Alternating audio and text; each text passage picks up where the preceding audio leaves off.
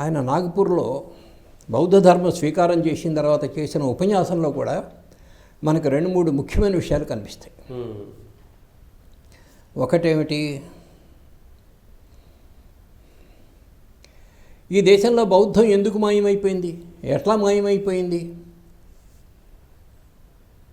మహమ్మదీయుల దండయాత్రల మూలంగా బౌద్ధం మాయమైపోయింది.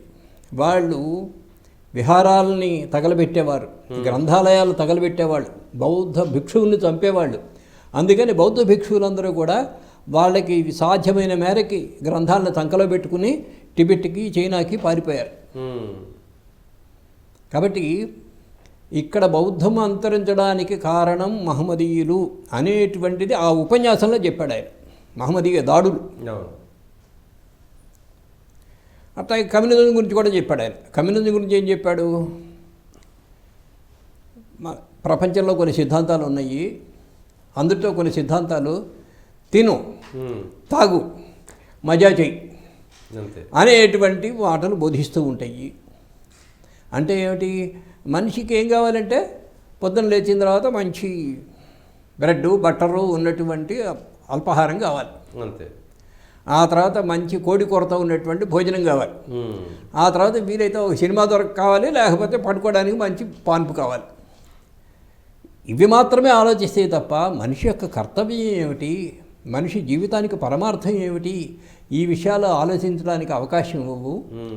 అటువంటిది కాదు మనం ఆశిస్తున్నటువంటిది. మైత్రి, కరుణ, ప్రజ్ఞ వీటికి అవకాశం ఇచ్చేటువంటి బౌద్ధాన్ని నేను ఎందుకు మీకు చూపిస్తున్నానంటే మనిషి అభివృద్ధి చెందడానికి మార్గం అవుతాయి. రెండవది ఏమిటి? ఏ లక్ష్యాలు సాధించడానికి సమానత్వము అనేది ఒక గొప్ప లక్ష్యం కదా. అందరికీ సమాన అవకాశాలు, ఇటువంటి గొప్ప లక్ష్యాలని సాధించడానికి కమ్యూనిజం హింసాత్మకంగా ప్రయత్నం చేస్తుంది. ఆ లక్ష్యాలను సాధించడానికే హింస లేకుండా బౌద్ధం ఉపయోగపడుతుంది అని చెప్పి ఆయన తాను మహమ్మదీయులకు వ్యతిరేకము, తాను కమ్యూనిజానికి వ్యతిరేకము అనేది చాలా స్పష్టంగా ఆయన చెప్పారు. అప్పట్లో నిజాం తనకు కొన్ని కోట్లు. అట్లాగే కుల నిర్మూలన పుస్తకం రాస్తున్నప్పుడు కూడా మనం గనక క్రైస్తవ మతం తీసుకున్నట్టయితే బ్రిటిష్ వాళ్ళ పరిపాలన ఇక్కడ శాశ్వతం అయిపోతుంది, కాబట్టి మనం క్రైస్తవంలో కూడా వెళ్ళకూడదు అనేది కూడా స్పష్టం చేశారు. క్లియర్ ఒపీనియన్ అందులో ఇంకెక్కడ దాపరికం లేదు. ఆ సందర్భంలోనే మహమ్మదీయులకు వ్యతిరేకంగా అప్పటి నిజాం అంబేద్కర్కి కోట్ల రూపాయలు ఆఫర్ చేసి మీరు ముస్లిం మతాన్ని స్వీకరించండి అంటే నిర్బంధంగా తోసిపుచ్చి అది నిజం రకరకాలుగా ప్రయత్నాలు చేశారు. ఈ ప్రయత్నాలన్నింటిలో కూడా ఆయన నిబ్బరంగా ఎట్లా ఆ వలలో పడకుండా జాగ్రత్తలు తీసుకున్నారు. కొన్ని కోట్ల రూపాయల ధనాన్ని కూడా పునఃప్రాయంగా ఆయనకి లెక్కే ఉంది. అంటే ఆయన అదే చెప్తాడు, మనం లక్ష్యాల కోసం జీవించాలి. జీవితానికి ఒక లక్ష్యాన్ని నిర్దేశించుకుని దానికి అనుగుణంగా నడవాలి తప్పితే గాలికి కొట్టుకుపోయేట్టుగా ఉండకూడదు అనేటువంటిది చెప్పాడు ఆయన. అట్లాగే హైదరాబాద్ స్టేట్లో బిఎస్ వెంకట్రావు గారు అని ఒక ఆయన ఉండేవాడు, షెడ్యూల్డ్ కాస్ట్ ఫెడరేషన్ లీడర్. ఆయన ఎప్పుడో ఒకసారి ఏదో మేమంతా కూడా మహమ్మదీ మతం స్వీకరించబోతున్నాము ఏదో తొందరపడి ఏదో మాట్లాడాడు. అంటే ఆయన ఇందాక యోలా మహాసభ గురించి చెప్పాను. ఆ యోలా మహాసభలో ఆయన ఏం చెప్పారంటే, మన ముందు ఉన్న సమస్యని 2 భాగాలు చేసి ఆలోచిద్దాం. మొదటి ప్రశ్న ఏమిటంటే, మనం ఈ హిందూ మతంలోనే ఉండాలా, హిందూ మతాన్ని దాటి బయటికి వెళదామా? ఇది మొదటి ప్రశ్న. హిందూ మతాన్ని వదిలిపెట్టేసి బయటికి వెళదామని నిర్ణయం చేస్తే అప్పుడు ఏ మతంలోకి వెళ్ళాలి?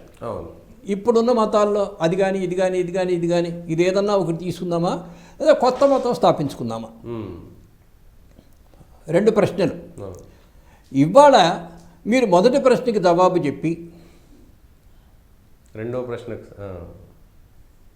అది కనుక నిర్ణయం చేసి దానికి సంబంధించిన నిర్ణయం తీసుకునే అధికారం నాకు ఇస్తే అప్పుడు రెండో ప్రశ్న గురించి ఆలోచిద్దాం. ఓకే. అంతేగాని మనంతా హిందూ మతాన్ని వదిలిపెడుతున్నాము అని చెప్పి ఎవరి దారిన వాళ్ళు అటు కొంతమంది ఇటు కొంతమంది ఇటు కొంతమంది ఇటు కొంతమంది పెడితే అది ప్రయోజనం లేదు, నష్టం ఎక్కువ ఉంటుంది. కాబట్టి ఆ నష్టం జరగకుండా ఉండాలన్నట్టయితే మనం హిందూ మతాన్ని వదిలిపెట్టి పోదాము అనే నిర్ణయం మీరు ఇప్పుడు చేసి ఏ మతంలోకి పోవాలి అనే నిర్ణయాధికారం నాకు ఇచ్చినట్టయితే నేను అధ్యయనం చేసి మీకు పూర్తి వివరాలతో ఆ ప్రశ్నకు సమాధానం చెప్తా. అప్పుడు నన్ను అనుసరించి రావాలి. ఈ కండిషన్ మీదే ఈ తీర్మానం ఆమోదించండి అని చెప్పాడు ఆయన. అలా వాళ్ళు ఆమోదించారు. మనం హిందూ మతాన్ని వదిలిపెట్టి వేరే మతంలోకి వెళ్ళడానికి అందరము సిద్ధపడుతున్నాము, ఇదే నిర్ణయం తీసుకోవడానికి బాబాసాహెబ్కి అధికారం ఇస్తున్నాము అని వాళ్ళు చెప్పిన తర్వాత ఈ బిఎస్ వెంకట్రావు గారు ఎప్పుడైతే తొందరపడి ఒక మాట మాట్లాడారో ఆయన మందలించాడు. మన తీర్మానానికి వ్యతిరేకంగా తొందరపడి మాట్లాడుతున్నావు, సరైనది కాదు అనేది ఒకటి. పశ్చిమ పాకిస్తాన్లో ఎవరైతే అక్కడ ఉండిపోయి అక్కడ ముస్లిం లీగ్ వాళ్ళు కొంతమంది వాళ్ళని అక్కడ అట్టిపెట్టడానికి ప్రయత్నం చేశారు. హిందువులని అట్టిపెట్టడానికి ఎందుకు ప్రయత్నం చేశారు అంటే వాళ్ళకి పాకీ పనుల కోసం ఆ పని చేసేందుకు మనుషులు కావాలి. కాబట్టి ఈ హిందూ దళితులు దానికి ఉపయోగపడతారనే ఉద్దేశంతో వాళ్ళని అక్కడే అట్టిపెట్టడానికి ప్రయత్నం చేస్తే అంబేద్కర్ గారు పొరపాటును కూడా వాళ్ళ మాయమాటలు నమ్మి అక్కడే ఉండిపోవాలని అనుకోవద్దు, మీకు ఎట్లా వీలైతే అట్లా అక్కడి నుంచి వచ్చేసేయండి అని చెప్పాడు. అట్లాగే హైదరాబాద్లో కూడా తొందరపడి మహమ్మదీ మతాన్నో మరో మతాన్నో మార్చుకుంటున్న వాళ్ళు కూడా హెచ్చరించాడు, తొందరపడి ఎవరో చేయవద్దు, మనం ఒక నిర్ణయం తీసుకుని చేద్దాం అనేటువంటి విషయం. సో అప్పుడు పత్రికా విలేకరుల ముందు చెప్పాడు ఆయన, బౌద్ధ మతం తీసుకోవడానికి ముందు సంత్ గాడ్గే బాబా, మహాత్మా గాంధీ ఇద్దరు కూడా నన్ను హెచ్చరించారు, నచ్చజెప్పారు, బతికిలాడారు, ఏ పదం అన్నా వాడిని. మొత్తం మీద ఏంటంటే వాళ్ళ వైపు నుంచి ఉన్నది ఏమిటంటే మన దేశ ప్రయోజనాలు, మన సంస్కృతి ప్రయోజనాలను వీటిని మనం దృష్టిలో పెట్టుకుని వ్యవహరించాలి అని నాకు చెప్పారు వాళ్ళిద్దరు. నేను వాళ్ళిద్దరికీ కూడా ఆశ్వాసన ఇచ్చాను, మన దేశానికి మన సంస్కృతికి నష్టం వచ్చే పని ఏది కూడా నేను చెయ్యను అని. కాబట్టే నేను వేరే మతాల్లోకి కాకుండా భారతదేశంలో పుట్టి పెరిగి వర్ధిల్లినటువంటి భారతదేశ సంస్కృతికి విరుద్ధం కానటువంటి బౌద్ధంలోకి వెళ్ళడానికి నిర్ణయం తీసుకున్నా.